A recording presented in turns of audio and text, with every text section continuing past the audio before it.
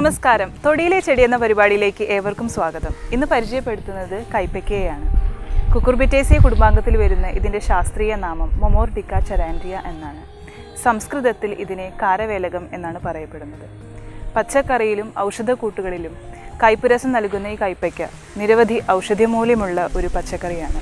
കൈപ്പയ്ക്ക, കയ്പ, പാവയ്ക്ക എന്നൊക്കെയാണ് സാധാരണ നമ്മൾ ഇതിനെ വിശേഷിപ്പിക്കാറുള്ളത്. ഏകദേശം 5 മീറ്റർ വരെ നീളത്തിൽ വളരുന്ന ഒരു വള്ളിച്ചെടിയാണിത്. ഇതിന് പൂക്കൾ ആൺപൂവും പെൺപൂവും വെവ്വേറെയാണ് കാണപ്പെടുന്നത്. മങ്ങിയ നിറമാണ് പൂക്കൾക്കുള്ളത്. ഇതിൻ്റെ ഫലം നമുക്കേവർക്കും സുപരിചിതമായ കൈപ്പയ്ക്കയാണ്. പച്ച നിറത്തിലുള്ള ഇതിൻ്റെ ഉപരിതലം മുള്ളുകൾ പോലെ കൂർത്തിരിക്കുന്നതാണ്. ഇതിൻ്റെ ഉൾവശം വളരെ മാർദ്ദവമാർന്ന പഞ്ഞി പോലെ വെളുത്തു നിറത്തിലാണ് കാണപ്പെടുന്നത്. നിരവധി വിത്തുകളാണ് കൈപ്പയ്ക്കയുടെ ഉള്ളിലുണ്ടാവുക. അത് പഴുത്തു കഴിഞ്ഞാൽ ചുവപ്പ് നിറത്തിലാണ് കാണപ്പെടുന്നത്. കൈപ്പയ്ക്ക പ്രധാനമായും 2 ഇനങ്ങളിലാണ് കാണപ്പെടുന്നത്: കാരവേലകമെന്നും കാരവല്ലിയെന്നും.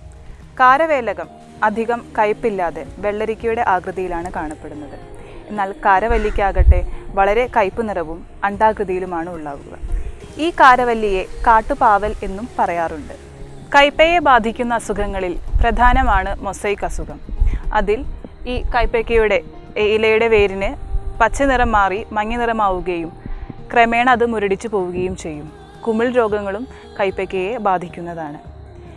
കൈപ്പയ്ക്ക വൈറ്റമിൻ സി, ധാതുലവണങ്ങൾ, മാംസ്യം എന്നിവയുടെ കലവറയാണ്.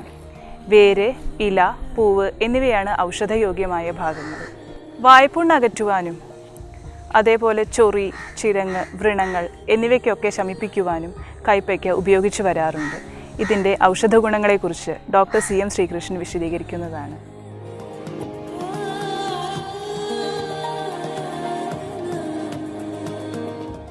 കയ്പ്പയ്ക്ക നമ്മൾ ഏറ്റവും നേരത്തെ പോലെ ഉപ്പേരിക്ക് ഉപയോഗിക്കുന്നതാണ്. പക്ഷേ പല ആൾക്കാർക്കും അത് ഇഷ്ടമല്ല. അതിൻ്റെ കയ്പ്പ് പല ആൾക്കാർക്കും സഹിക്കാൻ പറ്റില്ല എന്ന് പറയാം. പക്ഷേ ഇത് ഈ പ്രമേഹ രോഗികൾക്ക് ദിവസേന ഒരു ഗ്ലാസ് കയ്പ്പയ്ക്ക നീര് കൊടുത്താൽ പ്രമേഹം നല്ലപോലെ കുറയും. മാത്രമല്ല ഈ കൊളസ്ട്രോൾ ഉള്ള ആൾക്കാർക്കും ഈ കയ്പ്പയ്ക്കയുടെ നീര് ഒരു അര ഗ്ലാസ് കൊടുത്തു കഴിഞ്ഞാൽ കൊളസ്ട്രോൾ കുറയും. ഇതിൻ്റെ ഈ ഇല ഈ നീരെടുത്തിട്ട് അല്ലെങ്കിൽ അതിനകത്ത് തിളപ്പിച്ച വെള്ളം കൊണ്ട് കുലുക്കു കഴിഞ്ഞാൽ വായിലുണ്ടാകുന്ന മുറി മാറും. പിന്നെ ഈ ത്വക്ക് രോഗത്തിന് വളരെ ഫലപ്രദമാണ്. ഇതിൻ്റെ ഈ വള്ളി എടുത്തിട്ട് ചതച്ചിട്ട് മേലെ തേച്ച് കുളിച്ച് കഴിഞ്ഞാൽ ചൊറി മാറും. ഇതിട്ട് വെള്ളം തിളപ്പിച്ച് മേലെ കഴുകി കളഞ്ഞാലും ഈ ചൊറി മാറും. ഇങ്ങനെ കയ്പ്പയ്ക്ക് വളരെയധികം ഔഷധ ഫലമുള്ളതാണ്. അത് ദിവസേന കയ്പ്പയ്ക്ക കഴിച്ചു കഴിഞ്ഞാൽ വളരെ നല്ലതുമാണ്, നല്ല പോഷകമാണ്. രക്തശുദ്ധീകരണത്തിന് ഏറ്റവും നല്ലൊരു സാധനമാണ് ഈ കയ്പ്പയ്ക്ക.